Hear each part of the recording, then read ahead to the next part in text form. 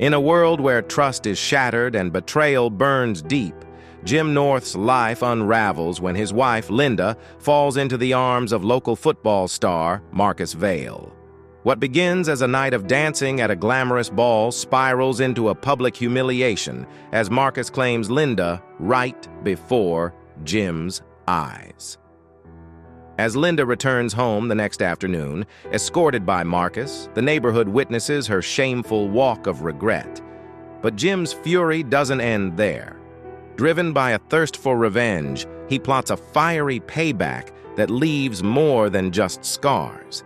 In this tale of love, betrayal, and vengeance, the boundaries of forgiveness are pushed to their breaking point. A husband saw his wife getting out of a bright car with another man. He felt a wave of sadness wash over him because it reminded him of a painful time. As he turned to leave, she glanced back and said, "I'll see you in the morning. It's just one night." He felt she was trying to hurt him in front of her friends. She had chosen them over him on a day he thought was special for them. Her friends just sat there smiling. This meeting with their advisor had started, and the advisor asked how he was feeling. The advisor warned, "I might challenge you here." Then he looked at her and asked, "Did you mean to make your husband feel bad?" The husband thought it was a strange question, but he felt confused since that night. She looked at him and said, "No, I didn't want to hurt you. I just wanted you to know I'd be back in the morning." From where he sat, though, it didn't look that way. "Try to see it from my side," he urged. She lowered her gaze at her lap, then lifted her eyes to meet his. "I've tried, and I feel so ashamed of what I did." Since that night, they hardly spoke. They talked only about the necessary things. Ignoring her felt too gentle. He kept mostly silent, but he tried to talk when the kids were around, trying to keep things normal, though he wasn't very good at it. He stayed away from her as much as he could. They shared a bed only because there were no other options. Whenever she touched him at night, he would get up and leave the room. If it were up to him, she'd sleep somewhere else without him. His name was Dr. John Campbell. "You can call me John or Dr. John or whatever you prefer," Linda said. "I'll just call you John," he replied. Dr. Campbell said, "I'll let Linda start. Jim, is that okay with you?" "I don't mind," he replied as he placed his phone on the table. He switched on the recording. "I hope this isn't being recorded," Dr. Campbell said. "It is, and if you don't like it, I can leave now," he replied, standing up. Linda frowned. "Please let him. He has the right." After a moment, the doctor nodded, and he sat back down. He had talked to his lawyer for a long time, and she advised him that this was the right step for him and the kids. He didn't know how Linda found this advisor, but he felt it didn't matter. It wouldn't change the outcome, but it might help him manage things better with the children. He was very concerned about them. If he fell apart, it would affect them badly. He knew he needed help, so he agreed to this meeting. He had made a plan. He would stay married until Sean turned 18 or left home. Right now, he was not happy, and he had no plans to show that he was. When they arrived, he even refused to shake hands. Linda began by pleading that she would make things right. "It was just one night," she said. She apologized for what happened, saying it was wrong. She admitted that she was weak and selfish and thought she could fix everything. "I didn't realize where this would lead," I thought to myself. When Linda finished speaking, she cried, and I had heard all this before. Dr. Campbell looked at me. "It's your turn, Jim. Share how you feel and how you think you can get through this." He showed his true feelings. I felt it was my fault that she changed. I looked at him and said, "I think you mean Mr. North." "Sorry, Jim, Mr. North," he replied. I glanced at her and said, "Okay, in no special order. Here we go." That was probably the longest sentence I had said to her since Sunday when she came home a little more than a week ago. It might help if you came back at a better time, like around 7 or 8 in the morning, not after midnight in his fancy sports car without even getting out while he held the door for you.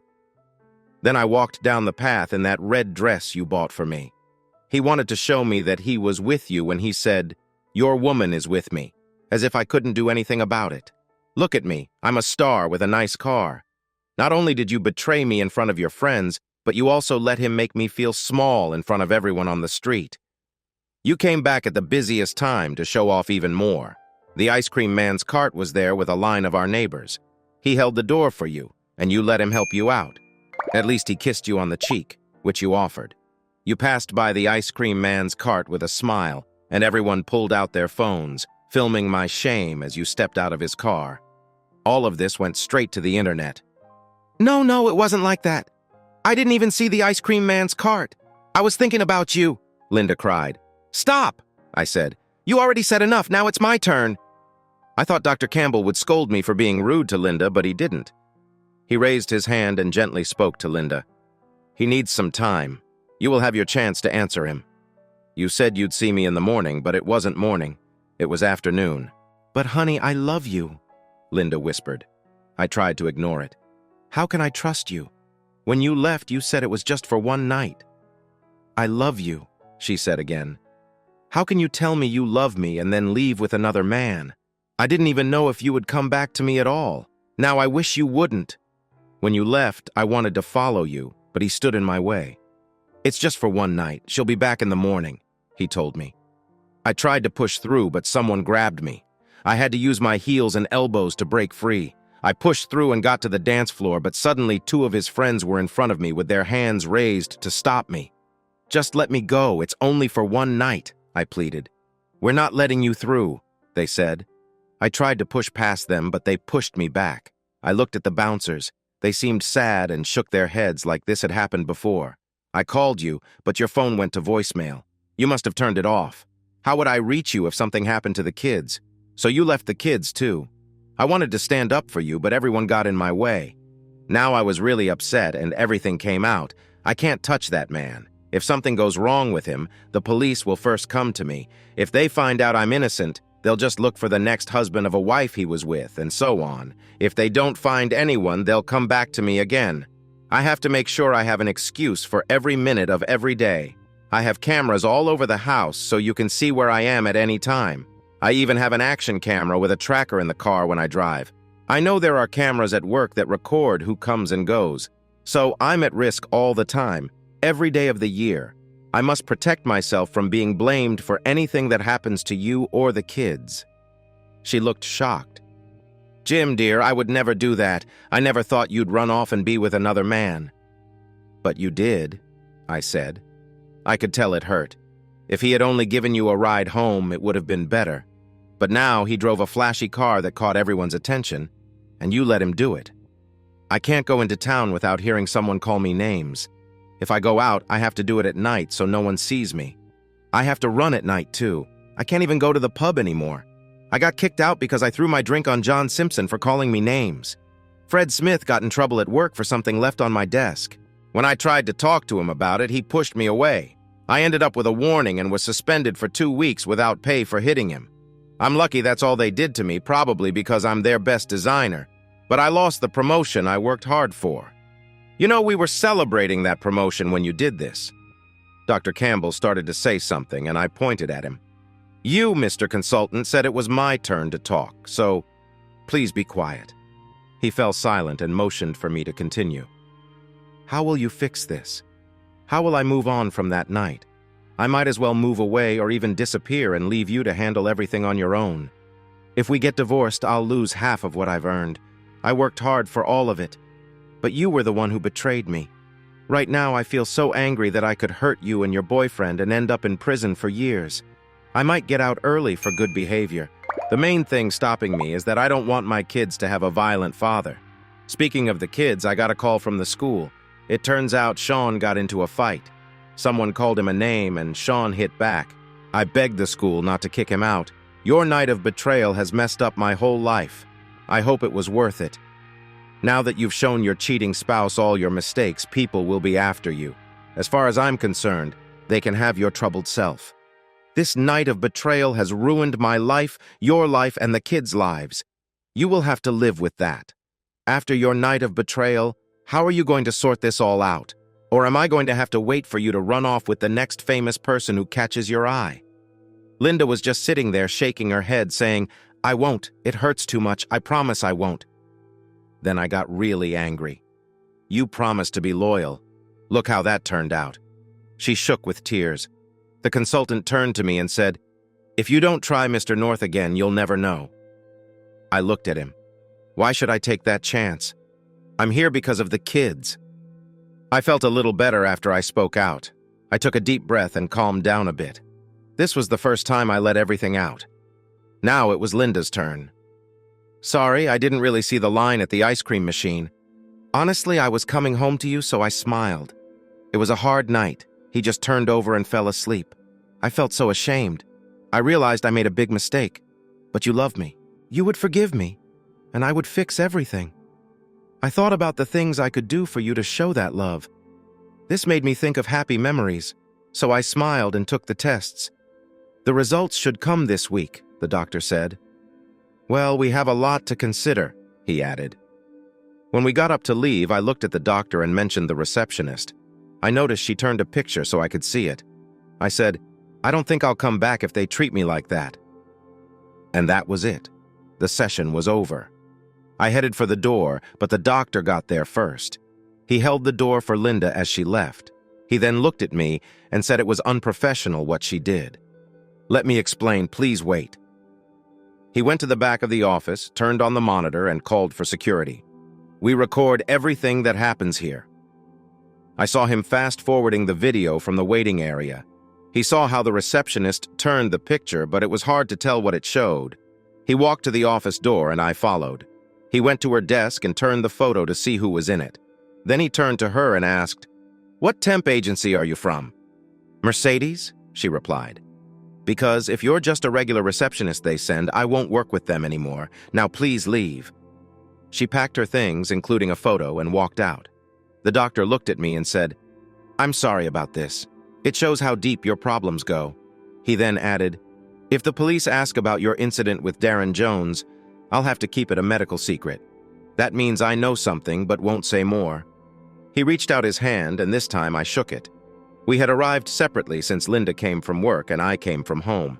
I was still suspended, so I went to a quieter part of the city, sitting by the riverbank where no one would see me. As I sat there, I remembered what had happened. It was 2 weeks ago, on a Wednesday. When I got home, Linda greeted me with a big smile. "Honey, to celebrate your promotion, I booked us a room at the Red Hotel. It's got a big 4-poster bed.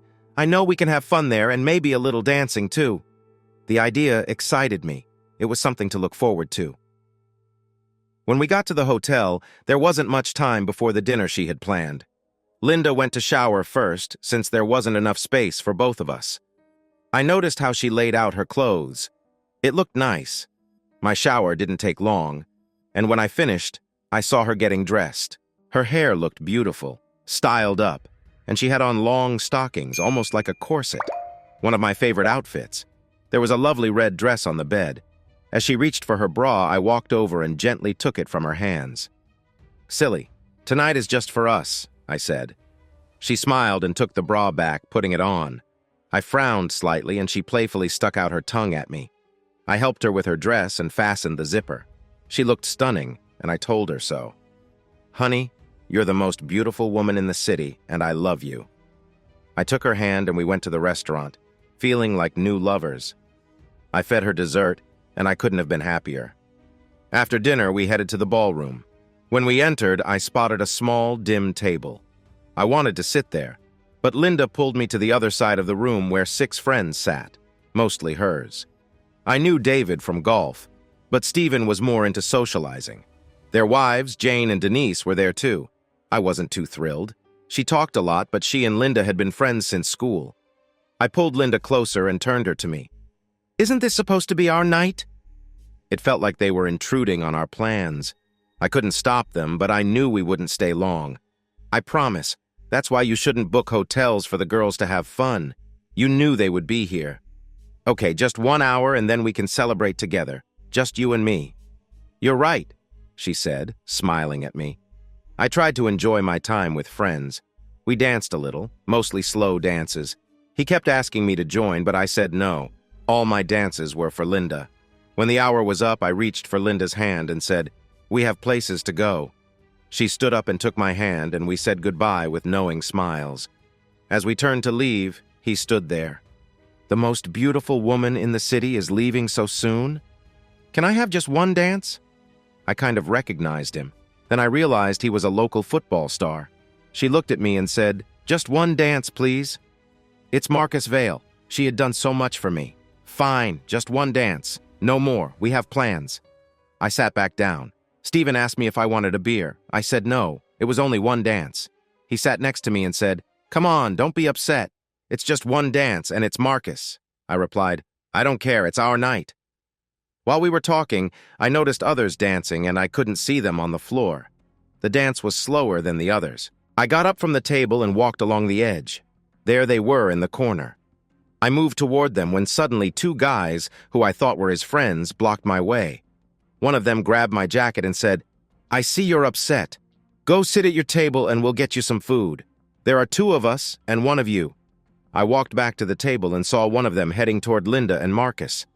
I returned to the table and heard laughs from the guys. Dee winked at me with a sneaky smile. Another dance started and they didn't come back. This time I stood up. I wasn't going to stop. As I stood, they appeared in front of me. Her hand was around his waist, his hand around hers. She looked at me and said, "Just one night and then I'll be back for the rest of my life." She turned and walked away with him. As she did, she looked back and said, "I'll see you in the morning. It's just one night. I love you." I was about to follow her when Dee stepped in front of me and grabbed me from behind.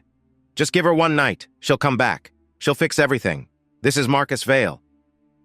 With some effort, I managed to break free and push through the crowd to meet his two friends again. One put his hand on my shoulder and said, "Leave it. She'll be back tomorrow. Nothing bad will happen, I promise." I didn't know this guy, so I didn't trust him. I remembered something about bouncers, and all I saw were the lights of the car fading away. I took out my phone to track her, but her phone was off, so I couldn't find her. I felt no tears, just anger. And I knew there would be hurt. Not just for me, but for everyone. I went back to the table where my friends were. It was clear there was an argument. Stephen and Denise were shouting at the others. When they noticed me, they saw my anger. I told them, "Next time you see her, tell her it's a trick." Then I looked at Edward and Dave and warned, "Next time I see you, I suggest you run away. I might find something big to hit you with." I said they should avoid dark places from now on. I turned and walked away from Linda's friends. I went to our room, gathered my things, and went home. I left her belongings there. Now I felt tears coming. Our two kids, Sean and Carrie, were with her parents, so the house was quiet. They were expected back on Sunday evening. I spent the night walking around the living room thinking about what went wrong. I went to the home gym in the garage and started exercising on the bike. It didn't help, so I tried whiskey. But after a few sips, I realized that wouldn't work either. As I sat lost in thought, I noticed the sunrise. It was 4 o'clock in the morning. I went outside to look at it, still unsure of my mistakes. I think I finally dozed off in one of the lawn chairs. I woke up to the sound of kids playing. I went inside and made coffee. I couldn't stop thinking about when she would come back. I waited. The sound of the ice cream truck drew me to the front of the house. It felt good to see happy faces. I heard the car before I saw it. It was after 1 o'clock in the afternoon. Just as she said, "See you in the morning." I watched them arrive, and so did everyone waiting for ice cream. He got out and opened the door for her, offering his hand. She needed help getting out. She was wearing a dress that caught a lot of attention. He kissed her cheek, glanced toward my house, and smiled. She walked toward the house, smiling, passing the ice cream line. Could it get any worse? She reached the house and knocked on the front door, but I didn't let her in. I just sat there waiting. I heard the back door open, and she walked into the living room.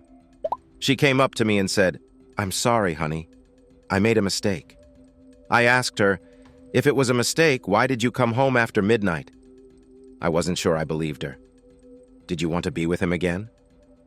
"No, I didn't," she replied. "I feel ashamed. I didn't want him to bring me at all, but I didn't have money. Everyone was at the hotel. I needed to think about what I did, but he wouldn't take me back until noon. Your money is important. It's at the hotel with everything else. If you want to go get them, I suggest you do it." I stood up and decided to change my clothes for a run. Maybe some fresh air would help. Drinking the night before didn't do me any good. As I walked down the stairs, she told me that the hotel had kept her things. Then I heard a scream as soon as I stepped out the front door. It was a sound I would remember for days. "Hey, how's your night going?" someone shouted. I looked around but didn't see who said it, and there were many people around. After that, I stayed at home most days. I woke up early to run or use her home gym. I used to swim once a week, but now I didn't feel like it. I did some research online about Mr. Vale. I started to soften a little toward Linda, even cooking some meals for her. But I still didn't talk to her unless I had to. The next week, we had another meeting with our advisor. Linda pointed out that even though we slept in the same bed so the kids wouldn't notice, I didn't allow her to touch me. I began wearing pajamas, something I never did before. If she touched me, I would go downstairs and sleep on the couch. Then I would get up early and go for a run. The kids were smart. They could tell that something was wrong. She said, "You don't talk to me. You ignore me. You play with them, but not with me." "But we don't connect anymore," I replied. "They've asked why you don't kiss me like you used to and why you don't talk to me." I just looked at her. "What do you expect?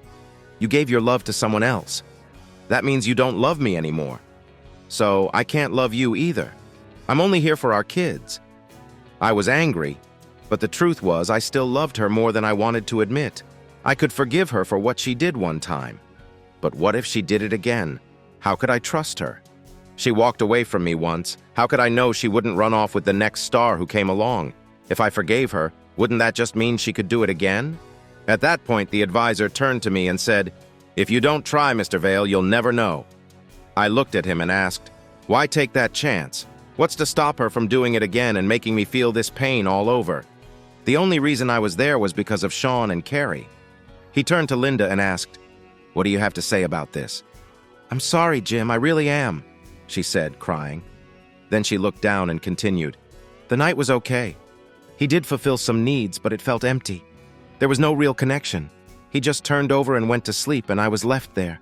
I promised myself I'd fix everything and never make that mistake again." I opened my mouth to speak, but the advisor raised his hand and said, "Please, Jim." Vale let her finish speaking. It felt like he could read my thoughts. Linda got up and crawled over to me, taking my hands in hers.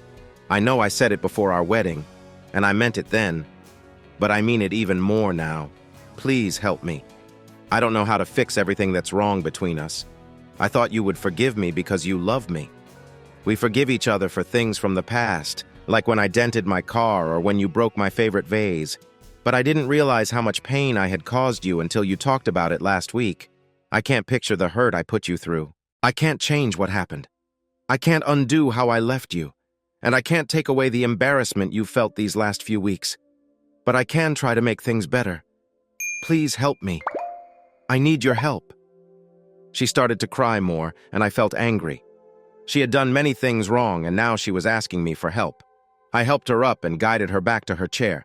She sat down, and I returned to my chair. I looked at her, and she cried even harder as I felt my anger build. I was about to lose control when a shadow fell over me. I looked up to see the receptionist standing there with a mug in her hands. "It's tea. It's strong and very hot," she said softly, her eyes filled with sadness. She gave me a faint smile, and for some reason I felt a spark of support from her. I took the mug and felt the heat in my hands. She was right. The tea was very hot. I squeezed the mug, and the heat was almost comforting. I started to feel calmer. I knew Linda had met with Dr. Campbell this week, and it seemed like she had prepared her words carefully. But as I sat there, holding my mug and looking at Linda's tear-streaked face and Dr. Campbell, who didn't appear pleased, I felt that Linda might be sincere. After a few minutes, we kept talking about our feelings and how we were managing. I said we were moving towards a new normal, but I didn't share what that meant. John looked at his watch and quickly switched topics. "Jim, let's discuss Marcus. What do you think he gets out of this?" A flash of anger crossed my face when he used my name. I think he noticed. Linda looked down again. I had spent time online looking into this guy, and I had some thoughts. I took a moment to answer. "I think he likes to charm other men's wives right in front of them. Knowing that his friends have his back makes him feel secure. It's not just about a night with a pretty woman. Do you think he's done this before? Have you heard any stories?" The internet is full of talk and hints. I wasn't sure what to believe, but now that I had seen him for myself, I thought some of those talks might be true. "What are the rumors? Who do you think he's charmed?" I don't always believe gossip, but sometimes there's some truth behind it. I heard stories about one being the wife of a deputy police commissioner, one of our local leaders, and several others. They even mentioned the mayor's wife. I think he got divorced after he stepped down from his job. So you could say these are people with influence? Yes. It seems they used their influence to take him down. That could be seen as misusing their power, don't you think? I see what you mean. He not only wanted their partners, but also wanted to show them he could. It made their power seem less important. So why do you think he chose Linda? She's a very pretty woman, but I don't want to be rude. You seem like an ordinary guy. You don't have much influence. I have no idea, I said, glancing at Dr. Campbell. I'm sure he had some thoughts, but I think you should share them. He smiled. I think he's tired of winning over partners of strong but weak men. You're fit. You're not a professional athlete, but you take care of yourself. You're a bit smaller than him. He wanted to win the partner of someone strong. Linda was right there. And, as you said, she looked lovely. You fit his plan, and he felt safe with his friends around him. Now it made sense, and I felt a little better about Dr. Campbell. He wasn't so bad after all. After the session, Dr. Campbell asked me to stay. Jim, Mr. North, he said, I know you're upset and I understand why, but I have some advice that might help you. He raised his hand when I started to speak. Just let me finish, please. I have a lawyer friend who can talk to your company about why you lost your promotion, which was really just self-defense. If HR looks into Fred Smith's actions, they could be in trouble. And I completely agree that if anything happens to Marcus, you might end up being the main suspect. So we need to have a solid plan. I have a police friend who wants to meet with you or give you advice on how to handle this. Is this normal? I asked. He nodded. This wasn't the help I expected.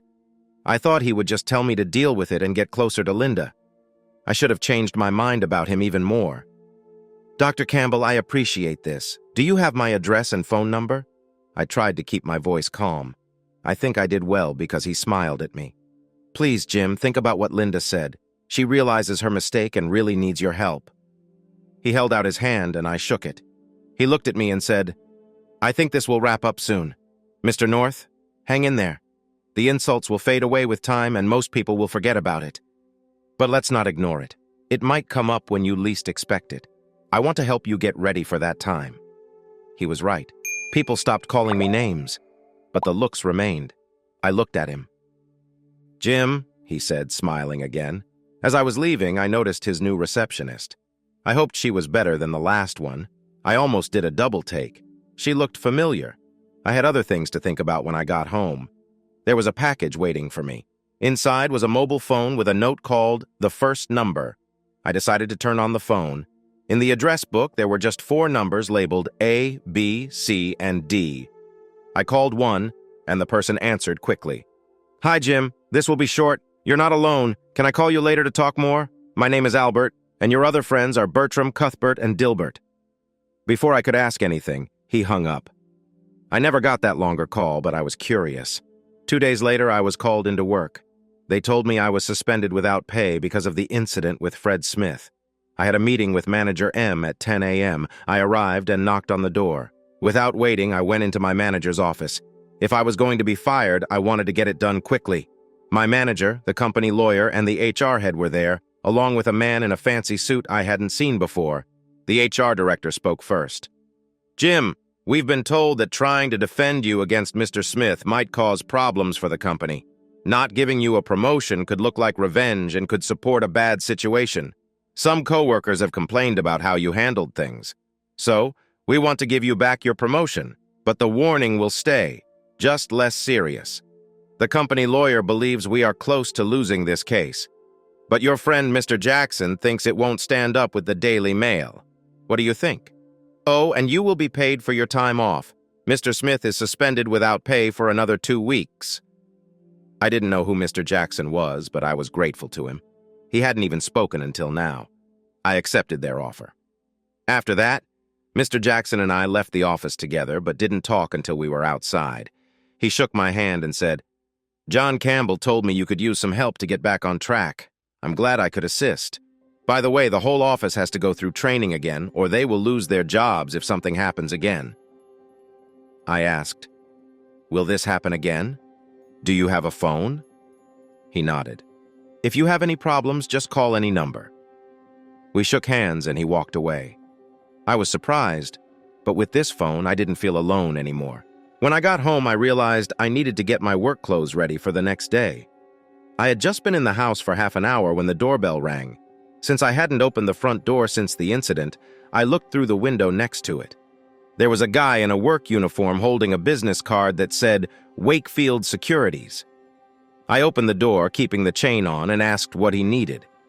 A police officer I knew said you might need help with safety, some kind of help that would be there all the time. My friend couldn't come personally, but sent me to assist you and offer advice. Dr. Campbell wanted him to come in, but he couldn't make it, so here I was. I let him in and showed him the security cameras I had set up. He told me I did a good job, but went a bit too far. There wasn't any need for a camera in the bathroom, he said, because the cameras in the kitchen and bedroom already watched everyone who came and went. I told him I wanted to see what she did when she was alone, and that made me anxious. I didn't want to explain that she might think it was my fault. He seemed to get it and quietly suggested some changes to the cameras to improve the picture quality. He also offered cloud storage to save my recordings. He mentioned a website that had good prices. He suggested swapping out some of the cameras in the bathroom and putting in listening devices instead, but I said no. Audio wouldn't show if someone was texting. He still put in 2 better outdoor cameras. After that, I went back to work, and life at home started to feel more normal for the week. People gave me space. I tried to lighten up a bit to make things easier. By Friday, things had settled down. I wanted to talk to Linda more at home, but it was still tough. I spent a lot of time punching a bag to let out some of my frustration. Being hurt by the ones you care about can make you feel this way. The local paper, The Journal, reported that Mr. David Brown's car was vandalized in the golf club parking lot. The security cameras caught a man in dark clothes with a hood damaging the car before he quickly ran off. It all happened in less than a minute, but it took people longer to react. Oh, and they also said the golf club was damaged. The person who did it was surprisingly quick and fit. The police looked into it but didn't find any leads. The golf club improved security by hiring a guard to watch the parking lot and adding more lights. They even planned to add more cameras to the corners. Since I was a member of the golf club, I figured the rumors from the fight at Red Heart might have reached the police, or Dave could have pointed them my way. I was waiting for their visit. They were just doing their jobs anyway. 2 police officers came to my door and they were polite, so I let them in. They asked where I was the night of the incident. I told them I was probably at home but couldn't remember what I did last week. They asked if I had any problems with Mr. Brown, and it seemed they had heard something. I admitted that we had a disagreement and were no longer friends. I also mentioned that they needed to show I was guilty instead of me having to show I was innocent. Just then, Linda walked into the room, drying her hands on a towel. She glanced at the 2 police officers and said, "He's been with me every night this week." She smiled at me and then left the room. After that, I tried to act normal around Linda and talk to her more for the kids, but it was really tough. I often felt angry about what she had done, which made me leave the room a lot. On Friday, Linda came home from work looking very upset. She walked over to me. "I got pulled over by the police. My car insurance is expired," she said. "Why didn't you fix it?" I asked. "Why do I have to do that?" she shot back. "Why would I do anything for you after what you did?" "Get used to it," I replied sharply, "and you'll have to pay the fine." They let me go with just a warning if I renewed my insurance right away. I just scoffed and walked away. The next meeting with the consultant had mixed results. He asked how we were getting along and how we felt. I told him I was trying, but I had a lot of angry moments. I mentioned having guests that helped me and how going back to work made things easier, both money-wise and mentally. Staying busy was helpful. I didn't share my plan to leave her when the kids got older. Linda recognized my efforts, but soon brought up the insurance issue. She told me she got pulled over but was let go. She looked at me in frustration. I leaned forward and told Dr. John that she probably only avoided trouble because she knew someone famous. I had other thoughts about how she could be a good target for criticism, but I kept them quiet for now. I noticed her reaction. It didn't seem to bother her at all. I didn't stop the police. They were likely just fans of the local football star, hoping he would help the team succeed. It was time to be more honest. I looked at her and said, "We were supposed to have lunch with your parents last Sunday, but I didn't go. What did you tell them?" She looked down at her knee and replied, "We just had a fight." I decided not to push further since the kids were nearby. After that, she went quiet. I didn't believe that was the full story. Dr. John looked at her and said we could talk about it later. I knew she was seeing him alone for help. Our parents didn't really understand computers, so social media was new to them. Luckily, the session seemed to come to a close and we got ready to leave. As we got to the door, Dr. John said to me, "Jim, please don't do anything foolish again. There are things we can't keep you safe from." I mumbled something back, unsure if he knew the whole truth or was just putting things together. That night, after the kids went to bed, I thought about everything. I asked her, "So you told your parents we were having a little problem. Did you tell them what the problem was about?" "No," she replied. "I just said we disagreed on something. I didn't say what." "Well, I guess they sided with you, right?" She just nodded. "So you said we had a problem, but you didn't explain it? Why not? Are you embarrassed?" "Yes," she said, raising her voice. "But don't be too embarrassed to let me take the blame. You told them I didn't understand your point. That's not a surprise." She got up, took her purse and car keys, and left. I heard her drive off. An hour later, she came back crying. "I just told Mom and Dad everything," she said. "I don't think they want to talk to me. I don't think they're happy with you." I felt sorry for her. I walked over and hugged her. This was the first time we touched since that night. She cried on my chest, but when she tried to hug me back, I held back. She then went to sleep and I went for a run. I wasn't going to take the blame. I took my phone and ran to her parents' house. I called them and said I was coming over. I didn't give them a choice. I wasn't sure if they were glad to see me, but her father looked unhappy. I cared about both of them, but I wasn't going to accept the blame. Her mom brought tea and I played a recording of my visit to the counselor. I could see her father's face change. I didn't get a chance to help her. People kept interrupting me. Her father offered to give me a ride home, and I agreed. It felt tense on both sides, and running away wouldn't help. After 2 cups of tea and a big slice of fruitcake, we left. The ride wasn't far, and we didn't talk. When we arrived, he got out of the car and gave me a hug. "I'm sorry, son. If you need anything, just let me know." I think I saw tears in his eyes when I left after Linda's meeting with Dr. John. She seemed distant, like she was lost in thought. Saturday came, and I was doing my regular weekend chores. I played catch with the kids and spent some time working out at home. I thought about going out for a beer later. The few bars in town probably wouldn't recognize me, and to be honest, the teasing had calmed down. But sometimes, I could see people smirking when they noticed me. Linda said she would take the kids to my parents' house and bring them back later that day. I talked with my parents. They understood the situation and were on my side, but they cared for Linda and wanted to help her too. They mostly kept their distance, knowing we had to sort this out together. They, like her parents, offered to take the kids whenever we needed time to talk. Personally, I didn't think we needed that. It was about 1 o'clock in the afternoon when I heard the familiar sound of an ice cream truck down the street. It used to make me happy, but not anymore. Then I got a text from Linda. "You need to look at the ice cream truck." I quickly replied, "No." What was she up to this time? Linda called, and I decided to answer to find out. "Please, do this for me. I'm begging you." That made me curious. I figured it was better to watch her on the camera outside than stand by the window. Soon, the ice cream man arrived. A line formed as the back of the truck opened. A person came out wearing a big sack. They got down on their hands and knees and crawled toward the house. I zoomed in on my camera, and it was Linda. I quickly walked to the front door and opened it. It looked like she had cut holes in the sack and tied it around her waist. She crawled past the same crowd she had seen earlier when she returned home. Then the crowd began to shout, "Cheater!" Other people in line joined in with taunts. It got wild. "Reckless woman."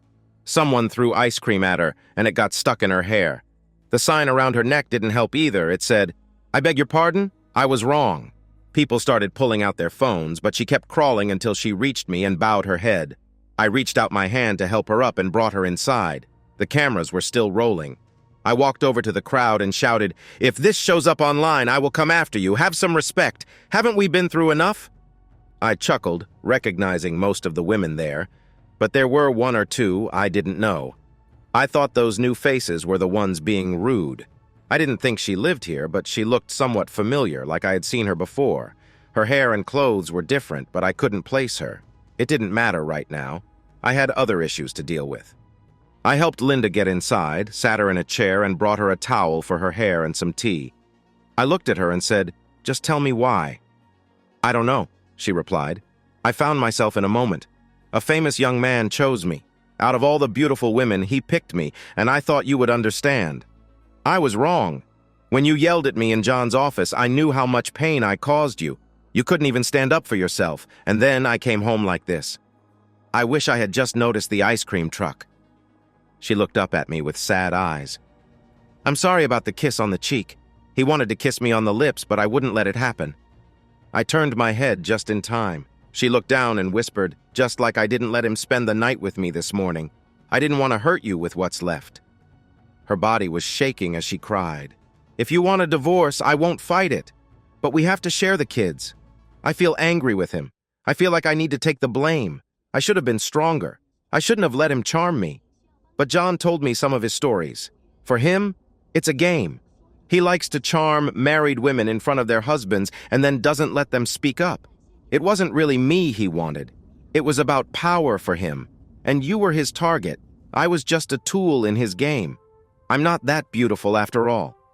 She looked at me saying, "I want to hurt him for what he did to our family." She was clenched her teeth. I wondered to myself how the consultant knew his story. She went on, saying it was empty. Then I realized that I had not done well. Not everything until you swore in John's office. "I'm sorry, honey." I asked her, "Then why didn't you just come home?" She replied, "I was ashamed of what I did. I didn't know how to look you in the eyes. I didn't know where I was. I was so caught up in being with him that I didn't see where we were headed, and I didn't have any money. You had a phone? You could have called me." She said, "I didn't know where you were.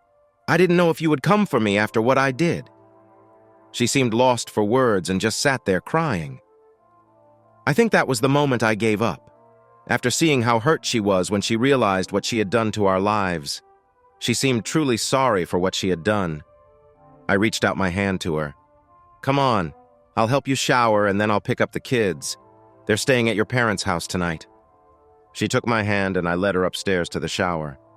I think she was sleeping, but every now and then she would start to cry again. A sense of forgiveness began to grow. I didn't sleep much, thinking about what she had done. It couldn't have happened just like that. It must have taken some planning to cause such hurt. The next morning, the house felt different. I checked social media. These were her accounts, not mine. I deleted mine a couple of weeks ago. For some reason, there were no posts. It was clear that many things had been taken down. We didn't say much. It felt like we didn't know what to talk about. We went about our duties. She cleaned the toilet, did laundry, and made some tea. But she kept walking past me, brushing against me. It felt like she wanted to make sure I was still there. I didn't pull away from her touch like before.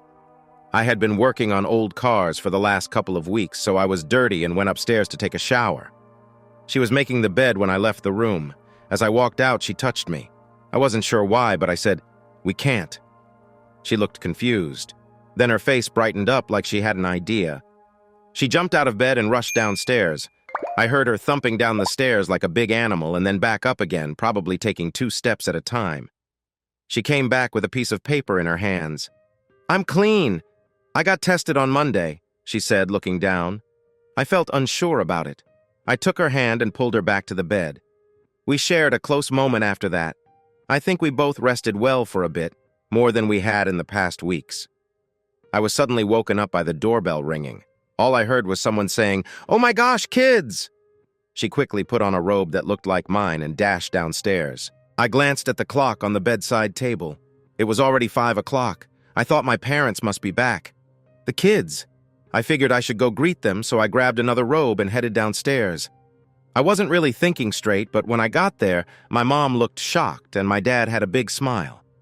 I think they figured out what had been happening. My mom started to cry.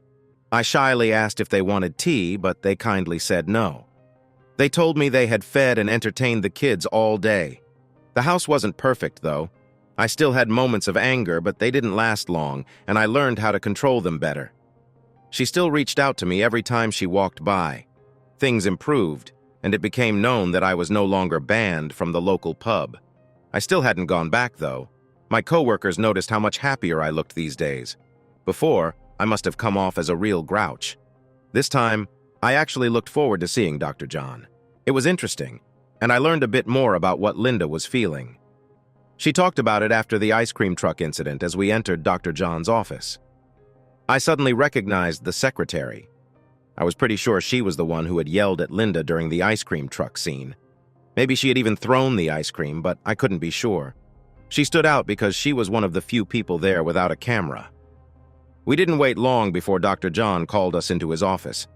He noticed the change in us and smiled widely. For the first time, we actually sat next to each other. He started the conversation.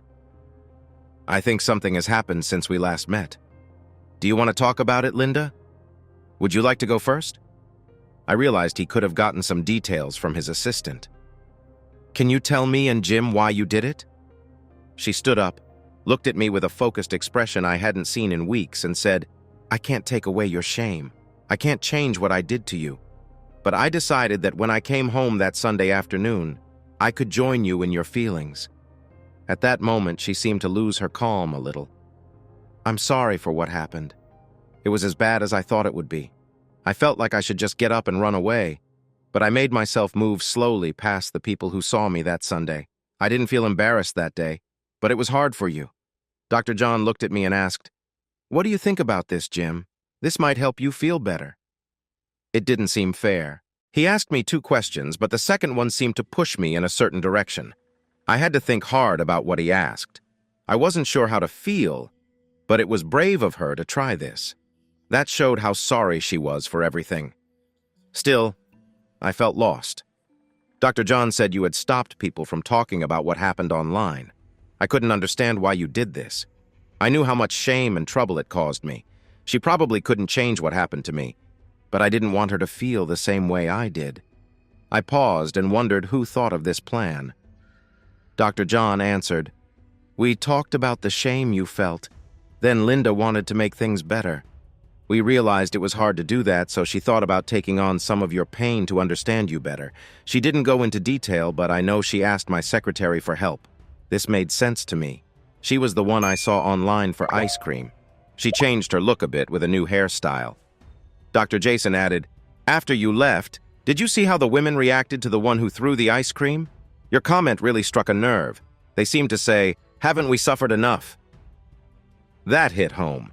I made it a point to meet with Dr. John more often that week whenever something bothered me. Sometimes it was just a quick phone call, and other times he called me. It felt strange that he always had time for me, but it helped me manage my anger. Well, almost always, Jim. I asked Linda if I could share what I was feeling. She seemed okay with that. I knew Linda wanted to get back at Bill and also Edward, David, and their wives for what they did. She didn't fully see how her actions affected people until you spoke up during our first meeting. Linda held my hand tightly. "My dad was right," she said. "You would have defended me, but I'm not sure. If you had been here, maybe I would have changed how I felt." She started to cry again. "But we'll never know. They stopped you." Dr. John said, "I think you might already be planning your own way to get back at them. But as your doctor, I need to tell you, please don't do anything that could get you arrested. That won't help Linda at all." I smiled and replied, "I'll be careful." She told me she wanted revenge on Phil but didn't mention the others.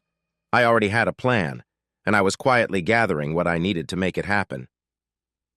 On Monday evening, Stephen and Denise came over to our house. Stephen felt really sorry for not being there for me lately and wished he had done more. That night, Denise and Linda were in the kitchen making coffee, but they took much longer than usual. Stephen told me they had an argument with the others, and they hadn't spoken since. Honestly, I knew how much Stephen loved golf, but he hadn't played since all this started. I suggested, "How about we play together early in the morning before the crowd arrives?" I wasn't a great player, but I could keep him company. He appreciated my offer. "Why do you want to?" I asked. He replied, "I feel bad. I wish I had noticed what was happening sooner."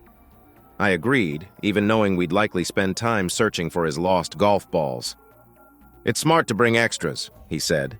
Stephen and I weren't very close, but he had always been a good guy. Now, he was showing it. We reached the golf club early, and true to his word, Stephen kept pace with me. We played 9 holes, and even though it wasn't my best game, I had fun. While walking, I thought about how good he was as a friend. He put himself out there just to help me feel better. At the clubhouse, he mentioned a dance happening Saturday night and asked if Linda and I wanted to go. Since I was a member, I didn't need a special invite. I told him I wasn't sure about going. After everything that happened, I worried that I would be teased again. Even though Linda and I were trying to work things out, it felt too soon.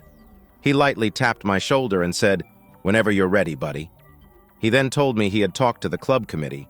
They decided that anyone who spoke poorly about me would not be acting like a good member, and their membership could be reviewed. There was a wait list for the club, so everyone understood the serious side of that.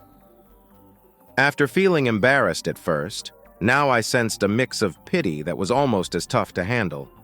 On the way home, I thought that it would be easier to follow through with my plan if I stayed at the club. I would need to think it over. When I got home, it was clear that Denise was discussing the dance with Linda. Linda was set on showing everyone how much she cared for me, and the golf club felt like a safe space for that. I worried about being seen forgiving her. Would that make me look weak? I needed to talk to Dr. John about my feelings. I knew Dave, Edward, and their wives would probably be there. Throughout the day, my plan developed further. I decided I needed to play golf again the next morning. I discussed it with Dr. John, and he suggested that the club was likely the best choice for our first outing together. I called Stephen to set up another early morning round of golf. I heard Linda in the other room talking on the phone with Denise. She was telling her that she had convinced me to go to the dance. I told Stephen I was persuaded while we played. I felt a little bad about this, but I thought he might have helped me anyway if I had asked him. I just didn't want to cause him any problems if my plan didn't work out.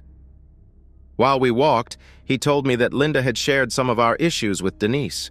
She had mentioned I lost my job, got kicked out of the pub, and needed a good excuse all the time. He said sorry again for not being there for me after the round. I offered Stephen coffee as a small thank you for spending time with me. I decided he wouldn't have to pay for drinks today. After that, I excused myself to go to the restroom, making sure I had a screwdriver in my pocket. I remembered I needed my excuse for being out late. The hallway to the restrooms had no cameras, but the fire exit at the end was alarmed. We picked up Stephen and Denise on the way in. As expected, Dave, Edward, and Jane were there too. I looked around and saw their cars. Dan and X5 were probably from Mick, who hadn't returned yet. Edward's Range Rover was parked nearby. It wasn't new, but it was really nice, his pride and joy. Sadly, they weren't parked together. There was a spot next to Finch that Linda used. The evening went well. I kept my promise, and Stephen didn't pay for drinks. I made sure to watch how much I drank. Then I saw my chance. The security guard just returned from checking the parking lot. I excused myself and went into a small room. I slipped out the fire exit quickly. I grabbed the bag I had hidden earlier, put on my gloves, and took out a small gas burner. I lit it and aimed it under the X5, targeting the fuel tank. I had no idea how long it would take to catch fire, and since it was diesel, I didn't know how fast it would burn. I then moved to the Range Rover, which was parked closer to me and ran on petrol, which burns better. I lit the burner under the Range Rover's tank and quickly ran back through the fire exit, shutting the door firmly behind me. Luckily, I was trained, so I wasn't out of breath when I sat back at the table a couple of minutes later. Suddenly, there was a loud explosion. People rushed outside, some went through the front door and others through the fire exit. Linda looked at me and we followed the crowd outside. I was the last to arrive and had just a few seconds to reset the fire door sensor before the alarm sounded. I don't think anyone noticed. They were more focused on the burning Range Rover. Sadly, one nearby car got burned a bit too. As I looked around, I realized the extra lights in the parking lot made it hard to see the small flame under the X5 unless someone really knew where to look. I suddenly saw a bright flash, and then flames completely surrounded the X5. By the time anyone noticed, it was already on fire. People quickly drove away to escape the burning car. As everyone looked at the fire, many turned to see me. I just smiled back. Then Edward rushed at me, really angry, yelling that I was to blame, calling me an idiot. He and Stephen came at me, but I pushed them back. It was time to head back to the club. We could hear sirens getting closer. I felt like I needed a break, so I decided to sit down and have a beer. It was going to be a long night. Linda stayed close to me, holding my hand as we walked through the front door. She leaned in and whispered with a smile, "Are you happy now?" I asked her how she felt. "Oh yes," she replied. Ben came over and kissed me. Meanwhile, the police were talking to everyone. For some reason, I was the last one they questioned. I could remember everything that happened until I went to the bathroom. Stephen pointed out that I couldn't have gone around starting the fire without being seen on the security cameras. The fire exit had an alarm, but no one heard it because they were all checking on the fire. There were talks about the fight involving David and Edward, but it was decided it was self-defense after they looked at the camera footage. The officer said David and Edward might face some charges, but we would have to wait to hear from his boss. "Okay," I said. It probably helped that our car was parked near the X5. It wasn't our best car, though. It was Linda's school bus. If it needed to be replaced, then so be it. Stephen and Denise said they would take a taxi home. We didn't get back until early morning, just as the sun was coming up. Things felt like they were getting back to normal. Linda kept brushing past me, keeping close. Sadly, I still had moments of anger. We had more trips scheduled to see Dr. John. He had a suggestion that seemed strange to me. He wanted us to go back to where everything started, have a good time, and leave our troubles behind. He especially wanted me to go back to the Red Hat on Saturday night for the dance. I wasn't sure about it. I like the Red Hat. They have great beer, a cozy fire, and the best bacon and brie sandwiches in town. I know it's a small thing, but I felt bad for the place. But yes, it could help us move past our troubles. I told him I was worried that Edward would show up again. Dr. John assured me that if he did appear, he wouldn't be interested in Linda. He said he studied Edward and claimed that he never goes back to the same woman twice. Linda and I realized this too. She agreed that we should show everyone we were still together, and if he showed up, she'd just have fun ignoring him. I was a bit scared. She had ignored him before. Would she do it again? At that moment, I made a choice. "Yes, we will go," I declared. "If she goes with him again, it will be over for us. There won't be another chance. I will make sure to get everything back one way or another. If she comes home with me, then Dr. John was right. It would give me some peace of mind. But I'll wait until the morning to see what happens." Dr. John said he'd have people watching over me just in case. That made me feel a bit better, just a little. I felt like Linda and Dr. John were having a secret conversation about me, and it felt kind of like a trap. I didn't have anyone to talk to, which was risky. I wasn't sure if I could fully trust what Dr. John was saying. I called my friend Albert to share my worries, telling him I might not believe everything I heard because I was so confused. He laughed it off and said we should call Dilbert since that was his area of expertise. I thought about it and decided to keep an open mind. I had nothing to lose, so I reached out to Dilbert. I think Albert might have given him a heads up because he jumped right in. "Jim," he said, "I know you're worried, but we think John Campbell just wants you to relax and stop dwelling on the past. Don't worry. People will be there to make sure you're not bothered." He chuckled a bit, which annoyed me, but then he added, "I think you've handled things with your old friends. They probably won't show up." As we were getting ready, I felt a bit nervous. Linda looked stunning in her purple dress. It was pretty, and it seemed like she wanted to impress me. She noticed I was anxious and said, "Darling, please don't worry. This is my chance to prove that I'm yours." She looked fantastic that night, but I couldn't help feeling uneasy. What troubled me most was that Linda didn't seem nervous at all. In fact, she was excited, which made me even more anxious. I started to relax a bit after we had dinner. Later, we went to the ballroom. We danced a few times, and she smiled at me while holding me close. As the time approached for us to head to our room, I grabbed a beer on the way. I'd only had 2 glasses of wine earlier, just to be safe. Then, just as we were about to leave, he showed up. He scanned the room and walked straight toward us, wearing a smug smile. "I will take your girl again," he said. So much for Dr. Campbell's advice. For a moment, I felt like this was just another trap. But then he was right in front of me, and I had to do something. "Step aside, loser. I want to dance with your girl." Linda was beside me, and she said, "Let's go, dear. He's not worth it. Trust me, he's not that impressive either. He just knows how to show off." Now I understood where Linda stood and who she might choose to be with. I could see how angry this made him. "Linda, sit down." This is a job for a man. We were so close that I could feel his breath from the side of my eye. I saw people taking out their phones.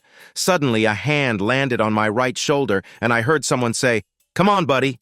I turned to face the guy directly. "If you want her, you have to get through me." But he looked scared and seemed ready to back down. I noticed the anger in his eyes. Then he lunged at me. Just then, the guards rushed in. One was on the phone. All of this happened in less than a minute. I took a seat while a security guard told me to stay still. I didn't have a reason to move. My task was finished. If I wanted to leave, I knew he wouldn't stop me. Stephen passed me a beer. Denise came over to Linda, and I asked them what was going on. Denise reached across the table and grabbed my drink. Sherry, the ex-wife of the former mayor, and I went to school together. She said this like it cleared everything up. It probably did, to be honest. They called for police and an ambulance. It didn't take long for the police to arrive. A couple of young officers came over to look at the scene. They talked to the guards for a bit. One of the police then came up to me and said, "I'm arresting you for assault and serious injury." That was all he got to say before another man came up from the side, showing something in his hand. He pointed at the guy on the floor and said, "Now you need to arrest that man for assault and serious injury. He attacked this man first, and he was just defending himself." The policeman looked at him and replied, "Yes, sir." The man went on, saying, "And you will get the video footage from the club and the video from that guy in the corner with a real camera." He pointed to a man in the corner. That man smiled at me. I recognized his voice. I checked around the room and saw our consultant with his secretary. They were now sitting together. I was pretty sure they were siblings. He nodded at me and walked to a quiet spot in the bar. I looked at the man with the camera and recognized him as a deputy from a nearby county. While one doctor checked on Ito on the floor, the other looked at me and said my injuries were minor. Then, a man with a smartphone appeared. "I'm from the Journal. Would you like to say something about what happened?" I wondered why a local newspaper was here. So, I muttered, "No comment." He replied, "Sorry, I didn't catch that. Could you repeat it?" She looked at the reporter and said, "That person on the floor? What's there to comment on?" "He's all talk. There's nothing real about him. He's a coward. His show-offs are just like his game. Some moments of excitement mixed with a lot of running around to look good. And you can quote me on that." The consultant waved us over to the corner where he was sitting with a woman. Now, I recognized her as the one who had started the trouble. When Sophie was struggling with her feelings about her boss, the consultant stepped in. "Let me introduce my sister, Sophie," he said. This made me think that something wasn't right. I waved my hand and said, "So this is all part of a plan, right?" "Yes," the consultant replied, looking worried. "Let me explain. After I learned what happened from your lawyer who was friends with the judge whose wife left him for Phil, I reached out to Linda to see if I could help you too. I'm not a marriage counselor, just a psychiatrist. I hope that's okay. We didn't expect Phil to be here tonight. The team had an away game. But something changed. I'm sorry about all this," he continued. "Many lives will be affected and we couldn't stop him until we stepped in. But things didn't go as planned." Dr. John leaned forward, looking at both of us. "Our main goal was to help you and your husband come back together if possible. We wanted to show that Phil isn't important and that you all can move on with your lives." This felt strange to me. It seemed too far from reality. I knew I was right in my concerns. There were powerful figures involved, a judge, a member of parliament, and a senior police officer. If they acted, it could look like they were abusing their power. It was all part of the plan. Sophie then added, "Yes, but Linda didn't know anything about this. I wanted to help because I understand the hurt my husband went through when I was with Phil." Sophie looked down, tears in her eyes. "I don't know where my husband is. He left me and now I feel lost. I'll do anything to help anyone affected by Phil." She cried and explained how Phil chose partners who were connected to powerful people, making it hard for them to respond without appearing wrong. "He felt safe because of that," she continued. "He didn't even care about looks. There are rumors he started something with the wife of a minor royal. She thought he cared for her and she left her husband. But he ignored her, and she ended up in a hospital because she was so hurt." Dr. John took over again. "He liked to take advantage of people who couldn't fight back. The first was the mayor's wife. She ended up pushing him to resign, which was sad. He was a good man, but he lost everything and moved away." Sophie wiped her tears and looked down. Dr. John explained further. "Sophie's husband is the editor of the local paper. Local newspapers have to focus on their communities, so he can't write about someone like Phil without causing trouble for himself." The struggle was real, and Sophie felt helpless. It was a tough situation for everyone involved. When Sophie got back home from her night out, Adrian was gone. He just left, and she still doesn't know where he is. She tries hard to find him and hopes that once people read her story, they will understand her feelings and maybe help Adrian see how he made a mistake. She hopes he'll come back or at least reach out so she knows he's okay. "Why do you think he picked Linda?" I asked. "I'm not sure," was the reply. "But we think he was tired of playing mind games and wanted something real. He saw you. You're a strong guy. And Linda is lovely, so he went for it. But he didn't want to take any big risks since you and he happened to be in the wrong place together." "Did you plan this for tonight?" I asked. "In a way, yes," came the answer. "We wanted to make sure a lot of people saw you both having fun. I was going to explain everything and talk about our next meeting on Wednesday. I needed permission to start sharing your story online. We didn't tell you beforehand so you would act naturally without trying to impress anyone." "You set this up without my knowledge?" I replied. "That could have put me in trouble. So yes, I mind. There were even 2 people ready to step in if things got worse. If he had taken another swing, he would have been stopped. Honestly, he shouldn't have even been able to swing the first time, but they couldn't get through the crowd." He admitted that Phil had caught him off guard.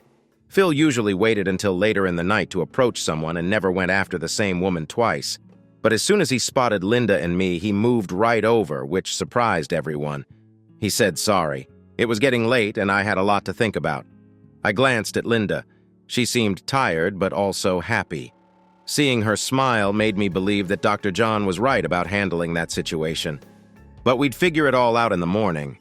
We said goodbye, held each other close, and made our way across the dance floor to our room. Stephen and Denise were there. He smiled at me and asked if I wanted to play golf early in the morning. I smiled back and said, "Sorry, but I think I'll have other plans." I hugged Linda. That night, we didn't do anything more than cuddle. In the morning, things felt different. We nearly missed breakfast. Next to the kitchen door, there was a big frame on the wall. Inside was part of a bag that said sunseed potatoes. Linda had put it there to remind herself as she felt a bit embarrassed about the past. A year after the ice cream van event, I took it down. That was enough. Oddly, the trial didn't take long at all. Things I didn't understand and couldn't control got in the way. I was called first to talk about that night and what happened before it. I shared almost everything from when we walked into Red Mart until the end of the evening. I was a bit unclear at times, and it took over an hour. They showed us a video. It began with Phil walking across the dance floor toward us.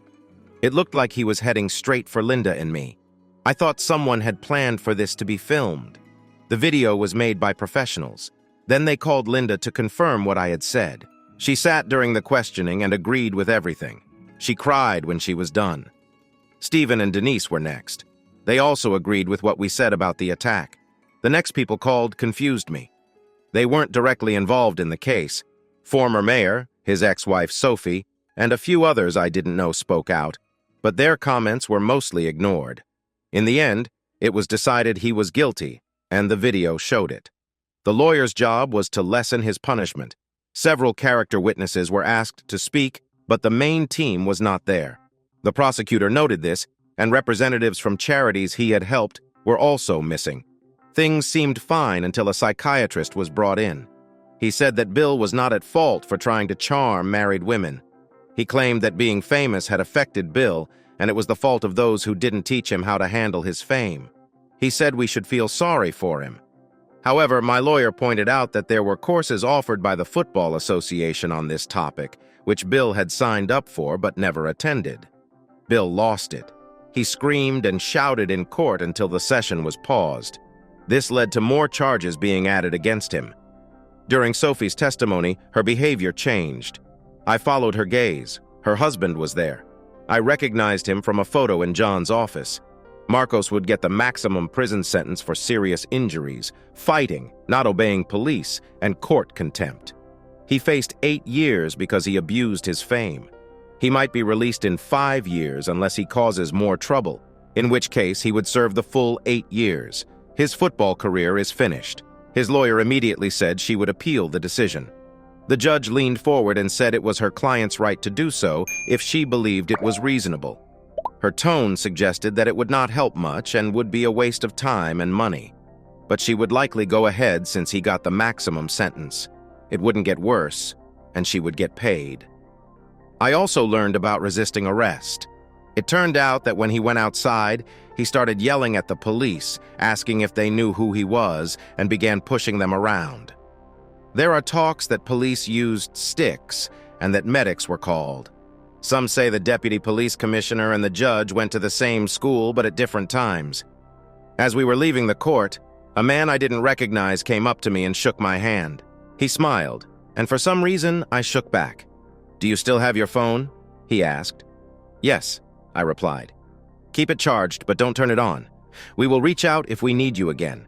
By the way, your name is now Egbert," he said with a grin. "Good job, and thank you. Really, thank you. You made a lot of people happy." After the trial, the local newspaper published a story covering Phil and his teammates' misbehavior but didn't name the victims. Some of them had agreed to let their names be used, though. The story caught the attention of the national press. Our football team didn't move up a level. In fact, they nearly dropped down. When Adrian learned how Sophie was involved in taking down Bill, he got in touch with her. They are working on their relationship, and it seems like they might make it work. I'm not sure if the Football Association teaches star management skills, but I found some courses online. Yes, I did bend the rules a bit with the English legal system. Thanks for listening to One Infidelity Hit. If you liked what you heard, don't forget to hit that subscribe button and drop us a like.